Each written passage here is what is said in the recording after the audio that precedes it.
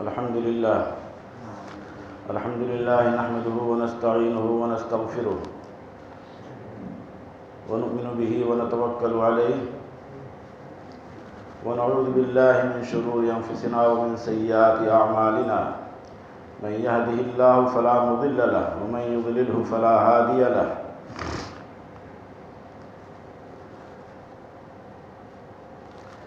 أعوذ بالله من الشيطان الرجيم بسم الله الرحمن الرحيم هل أتى على الإنسان حين من الدهر لم يكن شيئا مذكورا إنا خلقنا الإنسان من نطفة أمشاج نبتليه فجعلناه سميعا بصيرا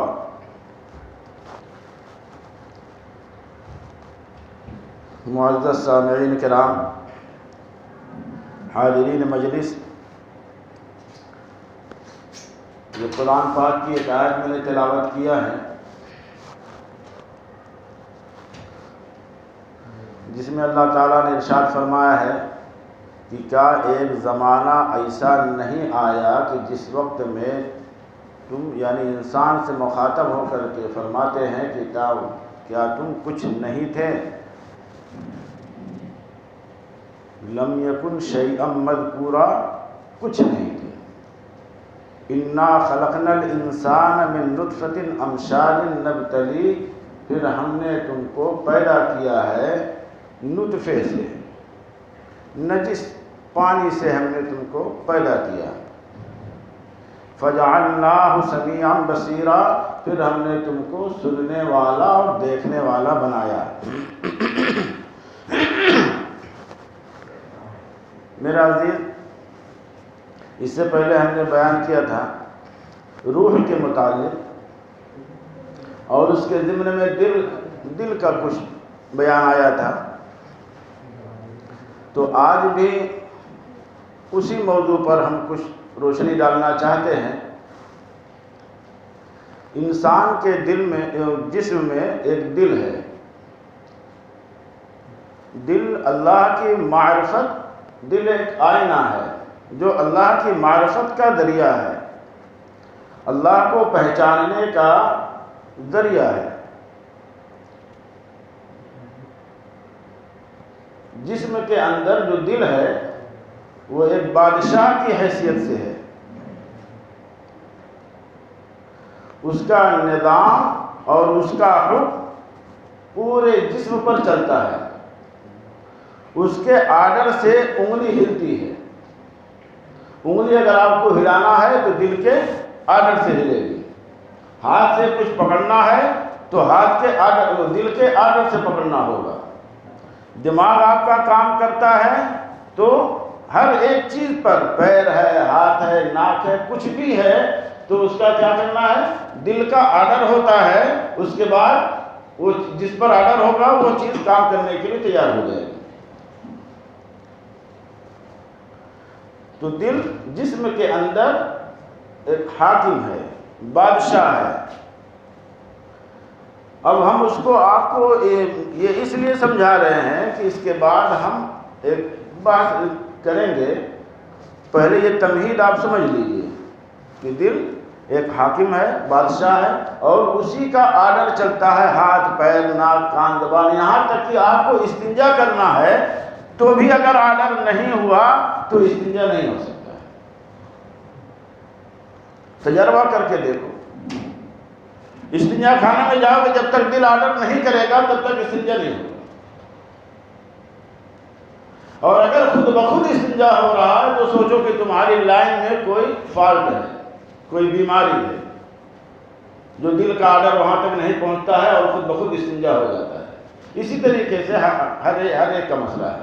لیکن اگر دل صحیح سلامت ہے اور اپنا کام کر رہا ہے، اس کے تمام لائنیں درست ہیں، تو اس کا آرڈر پورے جسم پر چلتا ہے، بغیر اس کے آرڈر کے کچھ نہیں ہوتا ہے۔ تو ہم نے کیا کہا تھا؟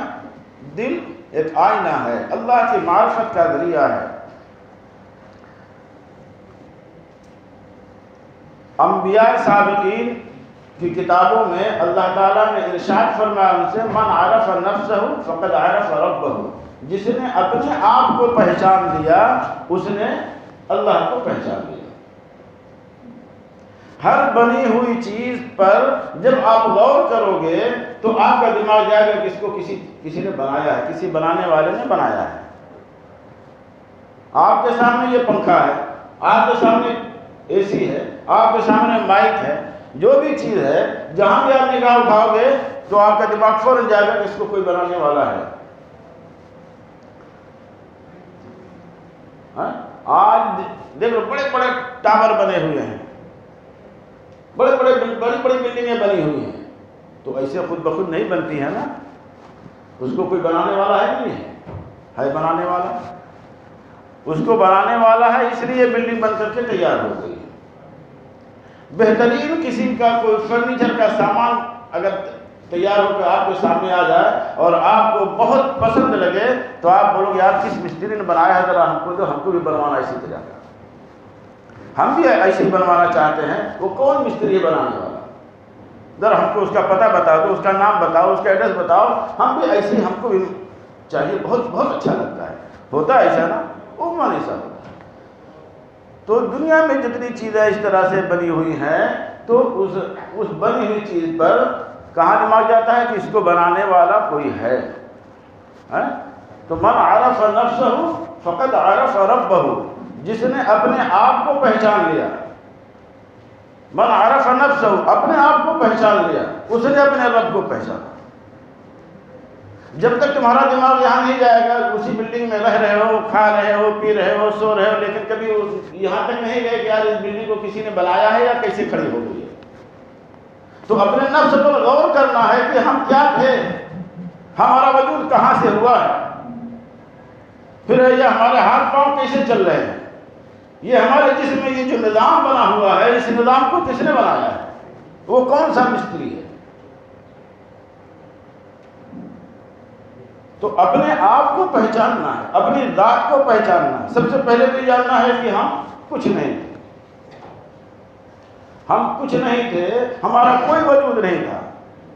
اب جب یہاں جب پہنچ جاؤ گے کہ ہمارا کوئی وجود نہیں تھا، جس طریقے سے خالی زمین تھی، ہم نے کہا یار ہم 10 سال پہلے آتے تھے، یہ بالکل چھٹیل میدان تھا، آج جیسے بڑے بڑے ٹاور کھڑے ہوئے ہیں۔ تو اس ٹاور کو کھڑا کرنے والا کوئی مستری ہے، کوئی انجینئر ہے نا جس نے اس کو کھڑا کیا ہے۔ تو اسی طریقے سے آج ہم چل رہے ہیں، پھر رہے ہیں، گھوم رہے ہیں، بات کر رہے ہیں، سب کچھ کر رہے ہیں، تو اس ٹاور کو کس نے بنایا ہے؟ اس انسانی ٹاور کو کس نے بنایا؟ جب ہم کچھ نہیں تھے، ہم بھی ایک چھٹیل میدان تھے، کچھ نہیں تھا۔ غور کرو اس پہ، کچھ نہیں تھا نا۔ هل اتى على الانسان حين من الدهر لم يكن شيئا مذكورا، تم کچھ نہیں تھے۔ آج اس مسجد کے اندر جن کی بہت زیادہ عمر ہوگی 90 سال یا 100 سال کہہ لو بھائی، یہاں جتنے لوگ موجود ہیں اس میں زیادہ سے زیادہ عمر والا کون ہوگا؟ جس کی عمر 100 سال۔ لیکن 120 سال پہلے یہ لوگ کہاں تھے؟ تصور کرو، کسی کا وجود تھا نہیں تھا نا۔ تو اس وجود کو بخشنے والا کون ہے؟ اس کی فٹنگ کرنے والا کون ہے؟ اس کے پارٹس بنانے والا کون ہے؟ ہم کو اسی پر غور کرنا ہے، اور یہی اللہ کی قدرت ہے۔ اللہ کی قدرت میں جب ہم محو ہو جائیں گے اور باریکی سے غور کریں گے تو اللہ کی معرفت پیدا ہوگی۔ ہم بہت مرتبہ کہیں گے اللہ کی معرفت، اللہ کی معرفت، تو اللہ کی معرفت کیسے پیدا ہوتی ہے اس کو سمجھو کہ اللہ کی جتنی قدرتیں ہیں ان قدرتوں پر باریکی سے غور کرو، بہت باریکی سے غور کرو، تو سمجھ میں آئے گا کہ ہاں یہ وجود کس نے بخشا ہے اور کیسے یہ ڈھانچہ انسان کا کھڑا ہوا ہے، چل رہا ہے، پھر رہا ہے، بات کر رہا ہے، سب کچھ کر رہا ہے، اور اپنے آپ کو بھول گیا ہے۔ اللہ کی ایک بہت بڑی قدرت دیکھو، میں بتا ابھی اور آگے چلو۔ ہم کو معلوم ہے کہ اس دنیا میں کتنے انسان پیدا ہوں گے، کسی کو نہیں معلوم، لیکن عالم ارواح میں جب اللہ نے وعدہ کیا ہے الست بربکم، کیا میں تمہارا رب نہیں ہوں؟ جتنی روحیں ہیں وہ ایک جگہ، اسی کو عالم ارواح کہتے ہیں۔ قیامت تک جتنی روحیں آنے والی ہیں اس دنیا میں وہ کہاں ہے؟ جہاں ان کی جگہ ہے اس کو عالم ارواح کہتے ہیں۔ وہاں اللہ نے ایک معاہدہ کیا ہے روحوں کے ساتھ، کہا الست بربکم، کیا میں تمہارا رب نہیں ہوں؟ تو ایک زبان ہو کر کے بلا بالکل آپ بے شک آپ ہمارے رب ہیں. لیکن دنیا میں آ کر کے انسان کیا حوال بدل گئے. ہاں دنیا کی روشنی میں آئے اور یہاں کے لوازمات میں پھنسے تو ہم نے اللہ کو ہم اللہ کو بھول گئے اور ہم اس وعدے کو بھی بھول گئے جو ہم نے کہا تھا الست بربکم قالوا بلا. بالکل آپ بے شک ہمارے رب ہیں، مگر دنیا میں آ کر کے ہم یہاں لوازمات میں پڑھ کر کے ہم بھول گئے ہیں. اسی کو ہم کو یاد کرنا ہے. جتنے غور کریں گے اتنے اللہ کی معرفت پر بڑھے گی. غور کس چیز پہ کرنا ہے؟ دیکھو آج کے جدید دور میں ٹیکنالوجی سائنس بہت ترقی کر گئی ہے، بہت زیادہ ترقی کر گئی ہے نا.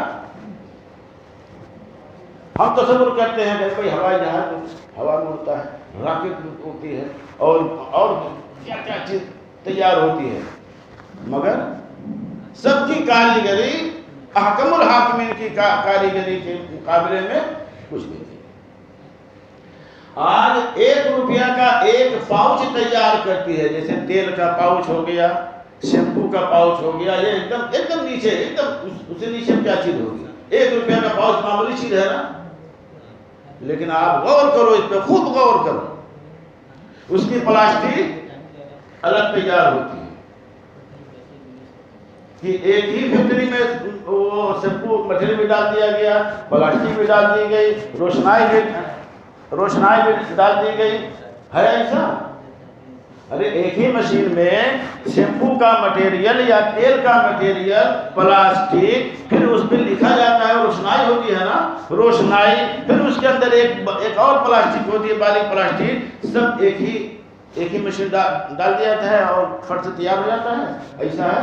نہیں ہے. پلاسٹک کا کارخانہ الگ، وہاں سے پلاسٹک اٹھائے اور اس پہ جو چھپائی ہوتی ہے، لکھاوٹ ہوتی ہے، اس کا کارخانہ الگ، وہاں جائے گا، وہاں چھپ جائے گا. اس کے بعد پھر مشین میں جائے گا تو مشین کا اتنا کام ہے کہ مشین تم مٹیریل ڈالو گے، تمہارے پاؤچ میں وہ پاؤچ تیار شدہ رہتا ہے، اس میں وہ تیل بھر کر کے وہ پنچ کر کے وہ تم کو باہر دے گا. تو کم سے کم کتنی چیز ہو گئی ہے؟ 3. کم سے کم ایک کم سے کم جاؤ 3 چیز. ایک شیمپو کا مٹیریل الگ تیار ہوتا ہے، اس کا پاؤچ الگ تیار ہوگا، اس کی لکھاوٹ الگ تیار ہوگی. اسی طریقے سے کسی بھی اب آگے بڑھو، اس سے اوپر چلے جاؤ، سائیکل لے لو، موٹر سائیکل لے لو، کوئی مشینری کا سامان لے لو جس کو ہم بہت تعریف کرتے ہیں کہ بہت عمدہ بنایا ہے، لیکن دیکھو اس کا پارٹ، اس میں کچھ پلاسٹک لگی ہے، اس کا کارخانہ الگ ہے، کہیں لوہا ہے اس کا کارخانہ الگ ہے، کہیں الومینیم ہے وہ الگ تیار ہوتی ہے. تو اس کے تمام پارٹس الگ الگ تیار ہوتے ہیں. کوئی ایسی مشینری نہیں تیار ہوئی ہے کہ جس مشینری میں پلاسٹک ڈال دو، لوہا ڈال دو، تار ڈال دو، بیٹری ڈال دو، سیٹ ڈال دو، کور ڈال دو، شیشہ ڈال دو، ایکسیلیٹر ڈال دو اور گیئر ڈال دو کہ اسی مشینری میں سب سامان ڈال دو اور موٹر سائیکل بنا کے نکال دے. ایسا ہے ایسی کوئی مشین دنیا میں نہیں ہے. مگر اللہ تعالیٰ کی ایک مشین ہے، خود غور کرو. اللہ تعالیٰ کی ایک مشین ہے جو ماں کے پیٹ میں رحم ہے، اس رحم کے اندر اللہ نے کیا مٹیریل ڈالا ہے؟ ایک مٹیریل ڈالا ہے، نطفہ، جو نجس ہے، کپڑے میں لگ جائے تو ہم اس کو دھلتے ہیں، اس میں بو آتی ہے، کپڑے میں لگا ہوا نماز نہیں ہوتی ہے. وہ مٹیریل ڈالا ہے. صرف کون سا مٹیریل جو تصور بھی نہیں کر سکتے کہ اس سے لوہا بنے گا، اس سے ہڈی بنے گی، اس سے چمڑا بنے گا، اس سے بال بنے گا.